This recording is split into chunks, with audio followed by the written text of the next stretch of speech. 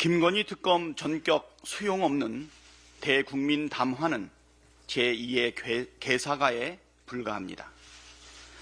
윤석열 대통령이 내일 오전 대국민 담화를 통해 공천 개입 등에 대해 해명한다고 합니다.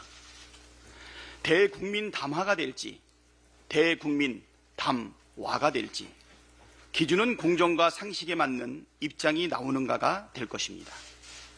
불법을 저질렀으면 누구라도 수사받고 처벌받는 것이 공정과 상식입니다. 결국 대통령이 김건희 특검법을 전격 수용한다고 밝히지 않는 이상 담화는 담화가 될 운명입니다. 주가 조작 의혹, 뇌물수수, 특혜 의혹에 공천 개입, 공천 거래 등 각종 국정농단 의혹이 태산처럼 쌓여 있는데 여기에 대해 평범한 국민처럼 수사를 받고 범법 사실이 확인되면 처벌받겠다고 직접 표명해야 합니다. 그 정도 입장도 분명하게 담지 못할 회견이라면 차라리 철회하십시오.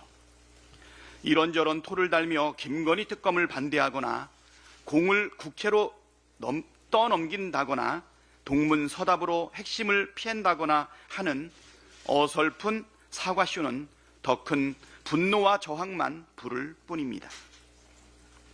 불법이 아니라는 대통령실과 국민의힘의 주장이 속속 탄핵당하고 있습니다. 윤석열 대통령의 육성이 공개된 공천 개입과 공천 거래 의혹에 대해 대통령실과 국민의힘에선 당선인 신분이라 법정 문제가 없다고 주장해 왔지만 대법원 판례는 이런 주장을 탄핵하고 있습니다. 2020년 10월 대법원은 이명박 전 대통령의 특정범죄가중처벌법 위반 사건과 관련해 원심 확정 판결을 내리면서 대통령 취임 전 받은 것도 뇌물로 인정했고 대선 경선 이후 돈을 받고 공천에 개입한 혐의도 유죄로 인정했습니다.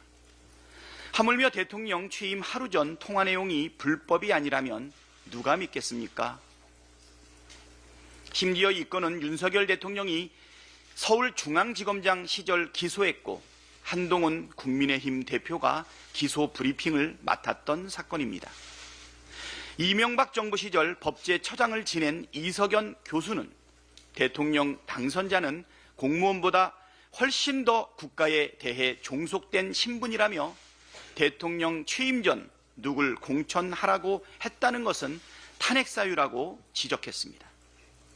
당선인 신분이라 괜찮다는 논리가 깨지자 국민의힘 일각에서 제3자가 통화를 녹음해서 공개한 것은 불법이라고 주장했는데 이 역시 틀렸습니다. 통신비밀보호법에서 금지하는 타인 간 대화의 녹음은 특정 시점에 실제 이루어지고 있는 대화를 실시간으로 녹음하는 것을 의미할 뿐 이미 종료된 대화의 녹음물을 재생한 뒤 이를 다시 녹음하는 행위를 포함한다고 보기는 어렵다는 2024년 2월 29일 대법원 판례가 이미 존재합니다. 즉 이미 종료된 윤석열 대통령과 명태균 씨의 통화 내용을 제3자가 녹음해 공개한 것은 불법이 아니라는 뜻입니다. 민심을 직시하고 대통령을 제대로 보좌해야 할 대통령실과 국민의힘이 이렇게 헛발질을 하고 있으니 대통령 지지율이 계속 곤두박질 치는 것입니다. 대통령실과 국민의힘이나 엉뚱한 가짜뉴스 유포를 중단하고 겸허하게 불법을 인정하고 국민께 참여하길 바랍니다.